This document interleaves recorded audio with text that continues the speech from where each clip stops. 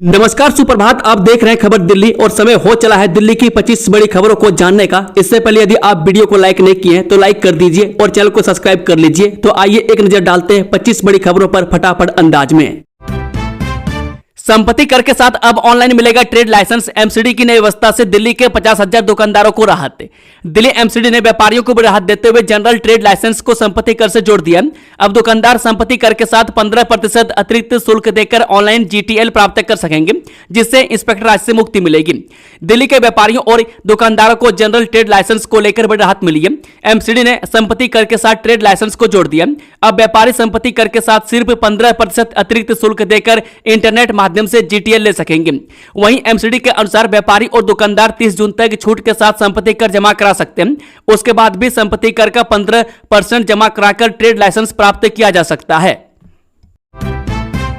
2,70,000 निर्माण श्रमिकों को दिल्ली सरकार का बड़ा तोहफा, 10 लाख रुपए तक मिलेगा कैशलेस इलाज।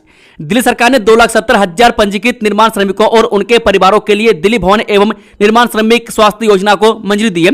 इस योजना के तहत लाभार्थियों को सालाना 10 लाख रुपए तक का कैशलेस चिकित्सा उपचार मिलेगा, जिस पर सरकार 200 रुपए कर खर्च करेगी। वहीं दिल्ली सरकार ने मंगलवार को प्रदेश के 2,70,000 पंजीकृत निर्माण श्रमिकों और उनके परिवारों के लिए दिल्ली भवन एवं निर्माण श्रमिक स्वास्थ्य योजना को मंजूरी दी है। मुख्यमंत्री रेखा गुप्ता की अध्यक्षता में हुई कैबिनेट बैठक में इस फैसले पर मुहर लगाई गई। इस योजना के तहत लाभार्थियों को सालाना 10 लाख रुपए तक का कैशलेस चिकित्सा उपचार कवर मिलेगा।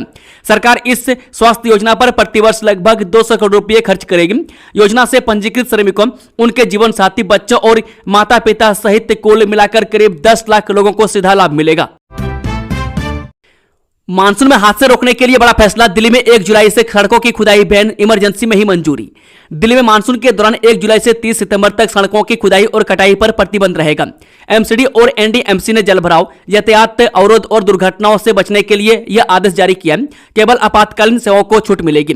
बता दें कि स्थानीय निकायों के अनुसार केवल अति आवश्यक सार्वजनिक उपयोगिता सेवाओं अथवा आपातकालीन कार्यों से संबंधित विशेष मामलों में सक्षम प्राधिकारी की मंजूरी के बाद ही स्वीकृति होगी। इसमें एनडीएमसी के चेयरमैन और एमसीडी में निगमायुक्त की मंजूरी की आवश्यकता होगी। एनडीएमसी के अनुसार जिन मामलों में सड़क कटाई की अनुमति पहले प्रदान की जा चुकी है लेकिन कार्य अभी तक शुरू नहीं हुआ है, वह भी अनुमति प्रबंधित अवधि के दौरान स्थगित रहेगी। ऐसे कार्यों को तब ही शुरू किया जा सकेगा जबकि कार्य अति आवश्यक न हो। साथ ही इसके लिए सक्षम प्राधिकारी से मंजूरी लेनी पड़ेगी। दिल्ली के 44 फ्लाईओवरों को लेकर रेखा सरकार का बड़ा फैसला। पहली बार होगा स्ट्रक्चर ऑडिट, मिट्टी भी जांचेंगे। दिल्ली सरकार 15 साल से अधिक पुराने 44 फ्लाईओवरों का व्यापक संरचनात्मक ऑडिट कराएगी ताकि उनकी सुरक्षा और मजबूती सुनिश्चित की जा सके। इसका उद्देश्य वैज्ञानिक मूल्यांकन कर आवश्यक मरम्मत और सुदृढ़ीकरण करना है। इन प्रमुख फ्लाईओवरों पर भी होगा काम। इस सूची में 1982 में बने आईपी स्टेट व सराय काले खां पुराना फ्लाईओवर के अलावा 1990 में बना नाग्या पार्क फ्लाईओवर भी शामिल है। वहीं मंगलपुरी, लाजपत नगर के साथ साथ 2010 में बने Neela Hauz, Ghazipur, Akshardham, Apsara border, Shyamlal college, UP link road flyover आदि भी शामिल है। महरौली में बच्ची से दुष्कर्म के बाद हत्या करने वाले कैब ड्राइवर का एनकाउंटर, एसआई से बंदूक छीनकर भागा था दरिंदा। दिल्ली पुलिस ने महरौली में 10 वर्षीय बच्ची के दुष्कर्म और हत्या के आरोपी कैब चालक बबलू को मुठभेड़ के बाद अस्पताल में भर्ती कराया है। आरोपी ने पूछताछ के दौरान भागने की कोशिश की और पुलिस पर गोली चलाई, जिसके जवाब में पुलिस ने उसे पैर और कमर में गोली मारी। मूल रूप से बिहार के छपरा का रहने वाला पीड़ित परिवार पहले महरौली में किराए के मकान में रहता था।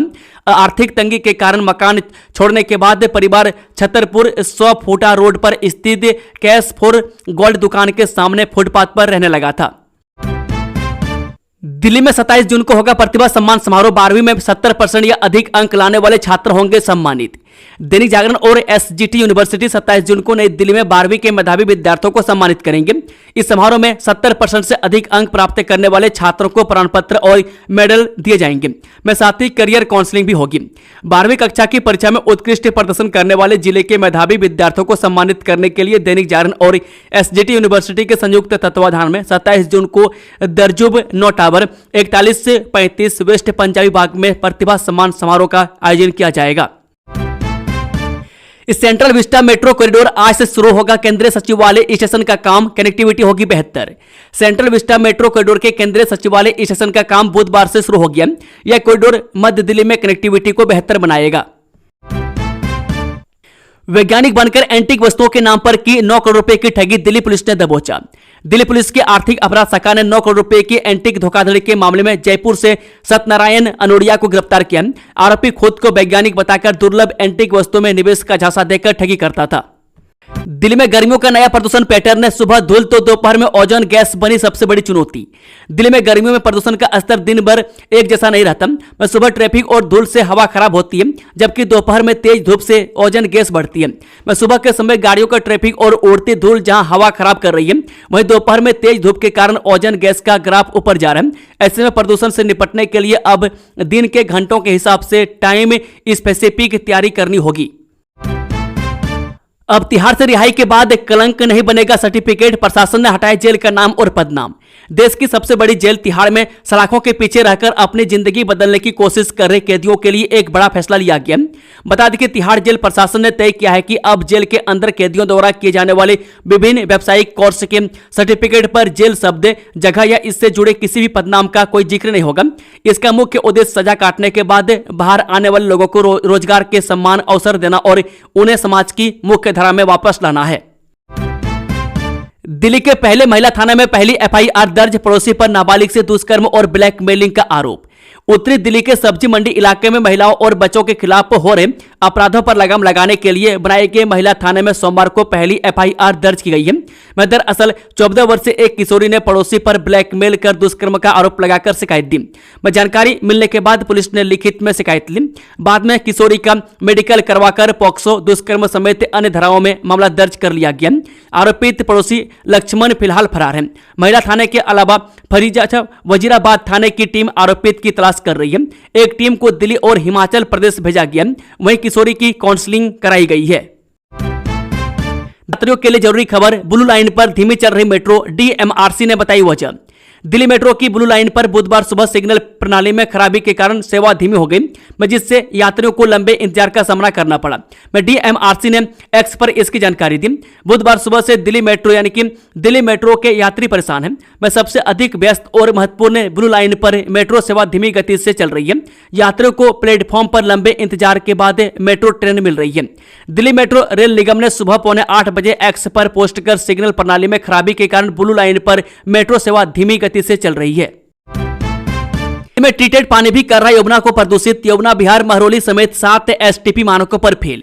दिल्ली के 7 सीवेज उपचार संयंत्र यानी कि एसटीपी गुणवत्ता मानकों पर खरे नहीं उतर रहे हैं, जिससे यमुना नदी में प्रदूषित पानी जा रहा है। दिल्ली प्रदूषण नियंत्रण समिति की मई रिपोर्ट के अनुसार इन एसटीपी से उपचारित पानी में फीकल कोलीफॉर्म, टीएसएस और बीओडी जैसे प्रदूषक निर्धारित स्तर से अधिक पाए गए हैं। दिल्ली विश्वविद्यालय पीजी एडमिशन को लेकर बड़ी खबर, इस बार बदल गया है रजिस्ट्रेशन सिस्टम, जाने कैसे मिलेगी मनपसंद सीट। डीयू में स्नातक प्रवेश प्रक्रिया का सबसे अहम चरण इस सप्ताह शुरू होने जा रहे हैं।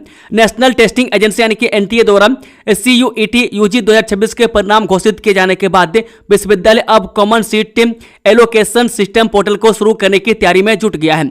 विश्वविद्यालय की एडमिशन ब्रांच के अनुसार एक सप्ताह के अंदर प्रवेश पोर्टल पर छात्र पंजीकरण करना शुरू कर देंगे। डीयू प्रशासन ने छात्रों को सलाह दी है कि वे अंतिम समय का इंतजार न करें और अभी से अपनी पसंद की सूची तैयार कर लें।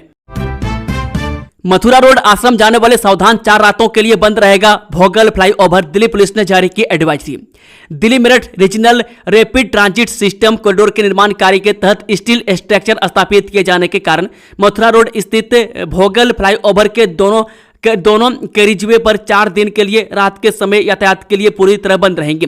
अधिकारियों के अनुसार फ्लाईओवर पर भारी स्टील गार्डर लगाने का कार्य किया जाएगा, जिसके दौरान सुरक्षा कारणों से यातायात रोकना आवश्यक है। इन तारीखों पर बंद रहेगा ये रास्ता। यातायात पुलिस के मुताबिक 24, 27 और 29 जून और 2 जुलाई को रात 12 बजे से सुबह 4 बजे तक फ्लाईओवर के दोनों कैरिजवे बंद रहेंगे। इस दौरान यात्रियों और निर्माण कार्य में लगे कर्मचारियों की सुरक्षा सुनिश्चित करने के लिए यह कदम उठाया गया है। दिल्ली विश्वविद्यालय में पढ़ाई इतनी हुई महंगी, 425% फीस बढ़ते, सर्टिफिकेट से लेकर रिसर्च कोर्सेज से दूर हो गए छात्र। दिल्ली विश्वविद्यालय में शैक्षणिक सत्र 2026-27 के लिए लागू किए गए नए फीस ढांचे ने उच्च शिक्षा की बढ़ती लागत पर छात्रों की परेशानी बढ़ा दी है। विश्वविद्यालय के कई सर्टिफिकेट, डिप्लोमा, स्नातकोत्तर और शोध पाठ्यक्रमों की फीस में भारी वृद्धि दर्ज की गई है। वह सबसे अधिक असर उन छात्रों पर पड़ने की आशंका जताई जा रही है जो आर्थिक रूप से कमजोर या मध्यम वर्गीय परिवारों से आते हैं। शिक्षकों और छात्र संगठनों का कहना है कि फीस में अचानक हुई बढ़ोतरी से दाखिलों की संख्या प्रभावित हो सकती है और कई छात्र उच्च शिक्षा से दूर हो सकते हैं। नए ढांचे के अनुसार उर्दू के सर्टिफिकेट, डिप्लोमा और एडवांस डिप्लोमा पाठ्यक्रमों की फीस 1372 रुपये से बढ़ाकर 7200 रुपये कर दी गई है। यह करीब 425% की वृद्धि है। एमए उर्दू की फीस भी लगातार बढ़ी है और 2 वर्षों में इसमें लगभग 20% की वृद्धि दर्ज की गई है। वहीं पीएचडी कार्यक्रम की फीस में भी 600 रुपये की बढ़ोतरी की गई है। दिल्ली, यूपी समेत 4 राज्यों को जोड़ेगा ऑर्बिटल रेल नेटवर्क। 25 शहरों को मिलेगी हाई स्पीड ट्रेन कनेक्टिविटी। राष्ट्रीय राजधानी क्षेत्र में मास्टर प्लान 2041 के तहत दिल्ली, यूपी, हरियाणा और राजस्थान के 25 शहरों को जोड़ने वाला high speed orbital rail network बनेगा। यह परियोजना बड़े शहरों पर यातायात का दबाव कम करेगी। दिल्ली में अपने घर का सपना होगा पूरा। 25% डिस्काउंट के साथ बुक करें डीडीए फ्लैट से, जाने डिटेल। दिल्ली में बढ़ती प्रॉपर्टी कीमतों के बीच डीडीए ने विभिन्न आयु वर्गों के लिए 2 किफायती आवास योजनाएं शुरू की हैं। इन योजनाओं में 25% तक की छूट के साथ पहले आओ पहले पाओ के आधार पर फ्लैट उपलब्ध हैं। लुटियंस जोन भारत मंडपम जाना होगा और आसान केंद्रीय सचिवालय से जुड़ेगी मेट्रो की नई मेजेंटा लाइन। दिल्ली मेट्रो ने केंद्रीय सचिवालय स्टेशन पर सेंट्रल विस्टा कॉरिडोर का निर्माण शुरू किया, जिससे यह एक अनोखा ट्रिपल इंटरचेंज स्टेशन बनेगा। यह 9.913 किलोमीटर भूमिगत कॉरिडोर लुटियंस जोन और प्रमुख प्रशासनिक केंद्रों को बेहतर कनेक्टिविटी प्रदान करेगा, जिसमें 9 नए स्टेशन होंगे। दिल्ली मेट्रो रेल कॉरपोरेशन ने राजधानी दिल्ली के परिवहन बुनियादी ढांचे को मजबूत करने की दिशा में एक और बड़ा कदम उठाया है। डीएमआरसी ने आज सेंट्रल विस्टा कॉरिडोर के लिए केंद्रीय सचिवालय मेट्रो स्टेशन पर निर्माण कार्य की आधिकारिक शुरुआत कर दी है। इस महत्वपूर्ण परियोजना के निर्माण कार्य का शुभ आरंभ आवासन और शहरी कार्य तथा बिजली मंत्री मनोहर लाल खट्टर द्वारा किया गया। उन्होंने औपचारिक बटन दबाकर नए कॉरिडोर के निर्माण की आधारशिला रखी। भगवंत मान ने किया सिख गुरुओं का अपमान, सीएम पद से इस्तीफा दें, बोले दिल्ली बीजेपी अध्यक्ष हर्ष मल्होत्रा। दिल्ली भाजपा अध्यक्ष हर्ष मल्होत्रा ने पंजाब के मुख्यमंत्री भगवंत मान पर सिख गुरुओं का अपमान करने का आरोप लगाया है। उन्होंने मान से मुख्यमंत्री पद से इस्तीफा देने और देश व अकाल तख्त से माफी मांगने की मांग की। दिल्ली में पेंडिंग ट्रैफिक चालानों के लिए शुरू होंगे वीकेंड कोर्ट, जाने क्या है पूरा प्रोसेस। दिल्ली ट्रैफिक पुलिस 5 जुलाई से सभी जिला न्यायालयों में वीकेंड कोर्ट शुरू कर रही है। इन कोर्ट में समझौता योग्य ट्रैफिक चालानों का निपटारा हर रविवार और महीने के दूसरे शनिवार को होगा। बता दें कि दिल्ली ट्रैफिक पुलिस ने नागरिकों की सुविधा को ध्यान में रखते हुए एक महत्वपूर्ण फैसला लिया है। 5 जुलाई से दिल्ली के सभी जिला न्यायालय परिसरों में वीकेंड कोर्ट शुरू किए जा रहे हैं, जहां कंपाउंड टेबल ट्रैफिक चालानों का निपटारा किया जाएगा। ये कोर्ट हर रविवार और महीने के दूसरे शनिवार को सुबह 10 बजे से दोपहर 4 बजे तक चलेंगे। दिखावे की कार्रवाई फिर वही लापरवाही, दिल्ली की संकरी गलियों में धड़ल्ले से चल रहे कोचिंग सेंटर। लखनऊ अग्निकांड के बाद दिल्ली के कोचिंग सेंटरों में अग्नि सुरक्षा की गंभीर खामियां उजागर हुई है। वह सकरी गलियों में चल रहे इन सेंटरों में न पर्याप्त इंतजाम है और न ही आपातकालीन निकास, छात्रों की जान जोखिम में है। 650 करोड़ के घोटाले में दिल्ली की पूर्व डीजीएचएस और उप नियंत्रक लेखा पर एफआईआर दर्ज, जल्द हो सकती गिरफ्तारी। दिल्ली सरकार के 650 करोड़ के स्वास्थ्य घोटाले में पूर्व डीजीएचएस डॉक्टर वत्सला अग्रवाल और उप नियंत्रक लेखा नीरज चोपड़ा के खिलाफ एफआईआर दर्ज की गई है। दवाओं और उपकरणों की खरीद में अनियमितताओं की जांच का दायरा बढ़ा दिया गया है। नो टेंशन वर्किंग डेज में कोर्ट के चक्रों से मुक्ति, दिल्ली में आ रही वीकेंड कोर्ट, ट्रैफिक चालानों से मिलेगी राहत। दिल्ली में लाखों लंबित ट्रैफिक चालानों से परेशान वाहन चालकों के लिए राहत भरी खबर है। अब लोगों को चालान निपटाने के लिए कामकाजी दिनों में कोर्ट के चक्कर नहीं लगाने पड़ेंगे। दिल्ली पुलिस ने घोषणा की है कि 5 जुलाई 2026 से राजधानी के सभी जिला अदालत परिसरों में वीकेंड कोर्ट शुरू किए जाएंगे। यह कदम उन लोगों को ध्यान में रखकर उठाया गया जो नौकरी या अन्य कारणों से सप्ताह के दिनों में अदालतें नहीं पहुंच पाते। दिल्ली में हजारों ट्रैफिक चालान और नोटिस लंबित हैं, जिन्हें तेजी से निपटाने के लिए यह नई व्यवस्था शुरू की जा रही है। बता दें कि दिल्ली पुलिस के अनुसार 5 जुलाई से सभी जिला अदालत परिसरों में हर रविवार और महीने के दूसरे शनिवार को वीकेंड कोर्ट संचालित होंगी। इन अदालतों का समय सुबह 10 बजे से शाम 4 बजे तक रहेगा। आईजीआई एयरपोर्ट के टर्मिनल 3 पर जल्द मिलने लगेगी एक्सरे की सुविधा, जाने कब से होगी शुरुआत। जी हां, आईजीआई एयरपोर्ट के टर्मिनल 3 पर यात्रियों के लिए चिकित्सा सुविधाओं को और बेहतर बनाने की तैयारी शुरू हो गई है। में T3 के अराइवल मेडिकल सेंटर में एक नई एक्सरे सुविधा शुरू की जाएगी, जिसके लिए वहां एक नए कमरे का निर्माण भी किया जाना है। इसके तहत मेडिकल सेंटर में आधुनिक एक्सरे मशीन लगाने के लिए जरूरी इंफ्रास्ट्रक्चर को विकसित किया जा रहा है, ताकि इमरजेंसी या जरूरत के वक्त यात्रियों की जांच एयरपोर्ट पर ही तेजी से की जा सके। यह सुविधा जल्द शुरू करने की संभावना है। मॉडर्न होगा दिल्ली का रोड इंफ्रास्ट्रक्चर, राजधानी की सड़कों के लिए सीएम रेखा गुप्ता ने खोला खजाना। दिल्ली की सड़कों को नई मजबूती देने के लिए सरकार ने बड़ा फैसला लिया। सीएम रेखा गुप्ता की अध्यक्षता में बुधवार को हुई वही वित्त समिति की बैठक में 270.63 किलोमीटर लंबाई की विभिन्न सड़कों के सुदृढ़ीकरण के लिए 657 करोड़ 99 लाख रुपए की परियोजनाओं को मंजूरी दी गई है। मैं सीएम ने कहा कि इस परियोजना से राजधानी की सड़कों को अधिक सुरक्षित, टिकाऊ और बेहतर बनाया जाएगा। इससे पूर्वी, उत्तरी और दक्षिणी दिल्ली के अनेक प्रमुख मार्गों की गुणवत्ता में सुधार होगा। मैं साथ ही रोड इंफ्रास्ट्रक्चर को आधुनिक मानकों के हिसाब से मजबूत किया जा सकेगा।